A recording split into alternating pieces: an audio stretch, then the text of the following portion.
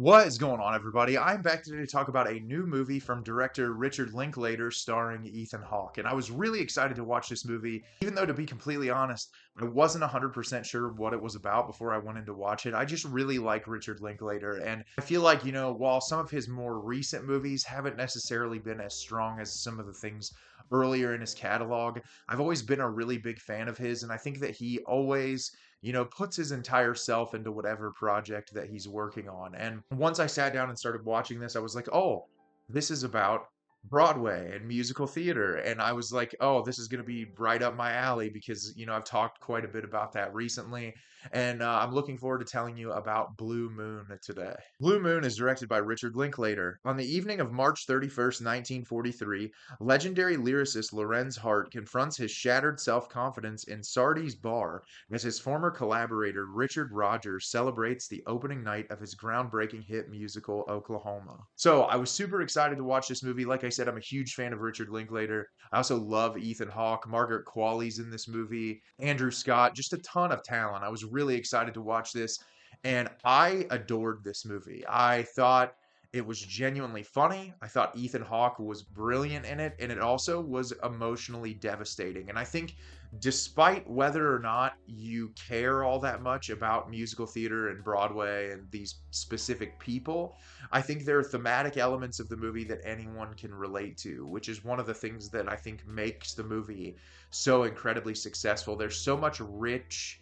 thought-provoking dialogue, which is what Linklater is known for. And it's a movie that I haven't been able to stop thinking about since I watched it. And I'm excited to tell you a little bit about it today.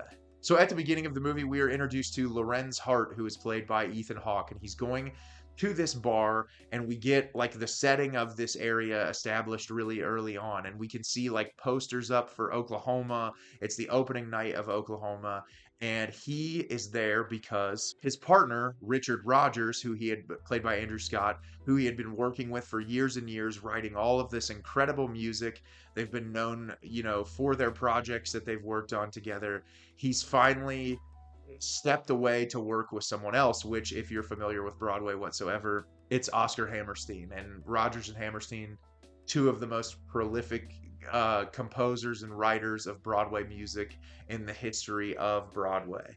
And so he's left to work on Oklahoma, and Lorenz is very against Oklahoma. He thinks it's silly. He has a lot of really open criticisms about how there's not any real authentic emotionality in Oklahoma, that it's like catering and pandering to a very specific audience. And so we meet the bartender and the piano player, and we can tell really early on that Lorenz is this person who he's kind of strange. He likes to talk a lot, but he has this charisma that people are just simply drawn to. And he's a fundamentally broken person, but he has such an ability to put that charm on that he can draw people in. And so that's all playing out. And then simultaneously, he's meeting Elizabeth, played by Margaret Qualley, who he has been mentoring at school. And he believes that he is in love with her. Now he's 47 and she's 20 going on 21. So there's this huge age gap. And it's like, it feels like the one thing he's clinging on to is like the hope of this relationship that it's kind of very clear to everyone around him is not going to happen. Like, there's no way that this is going to work out, but he is deluding himself. And between that, we learn a little bit more about his broken past, and it's just all taking place over the course of this one evening. Like I said, this movie is phenomenal, and there are a ton of reasons for it, but I want to start with Ethan Hawke should easily be the front runner for Best Actor this year. This is probably the best performance that I've seen all year long, and it might be the best performance of Ethan Hawke's career. This character is just so fascinating. And what's interesting about him is, like I said, he's a fundamentally broken person. He's fighting with alcoholism. It's clear that his alcoholism has gotten in the way of his professional career, to where his best friend and the person that he's mentored all these years doesn't even want to work with him anymore because he's become so unreliable. But it's like I said, he's got this charm and charisma that people are just completely and totally drawn to.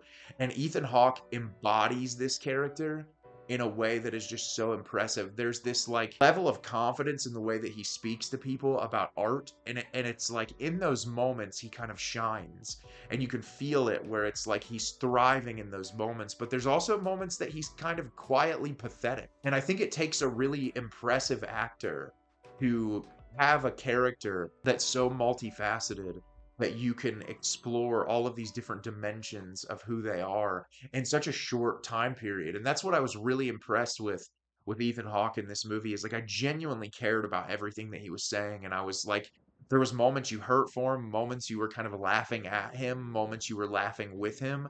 And the fact that Linklater is able to take you on that journey in a way that's so successful was really impressive to me. I loved that part about this movie quite a bit. There are a ton of great performances in this. I've become a huge Andrew Scott fan over the past few years. He is just so incredibly talented. Margaret Qualley is fantastic in this movie. Just the whole cast from top to bottom does a really phenomenal job.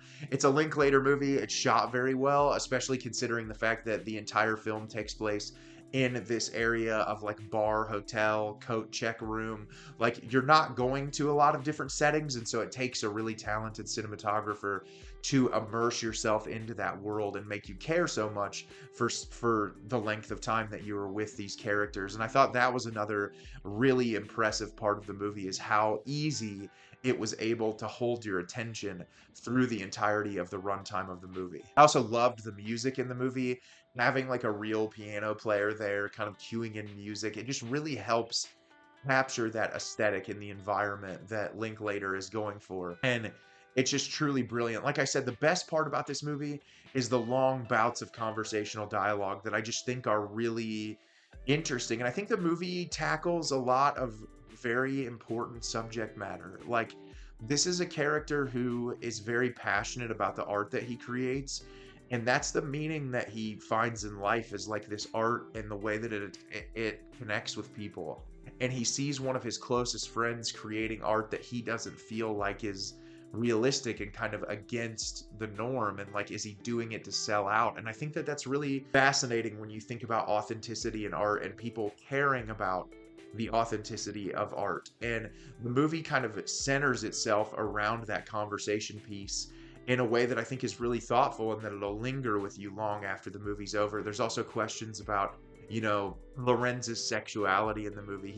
I think he calls himself omnisexual at one point, but essentially says like, it doesn't matter to me if it's a man or a woman. And like, the way that he's sort of judged for that in parts of his life and how people perceive him in moments. I thought that that was a really interesting incorporation into that. And then kind of like the relationship between someone who is so drastically younger than him, where he kind of sees the hope and the optimism in her of like what she wants to do with her life and the things that she wants to achieve.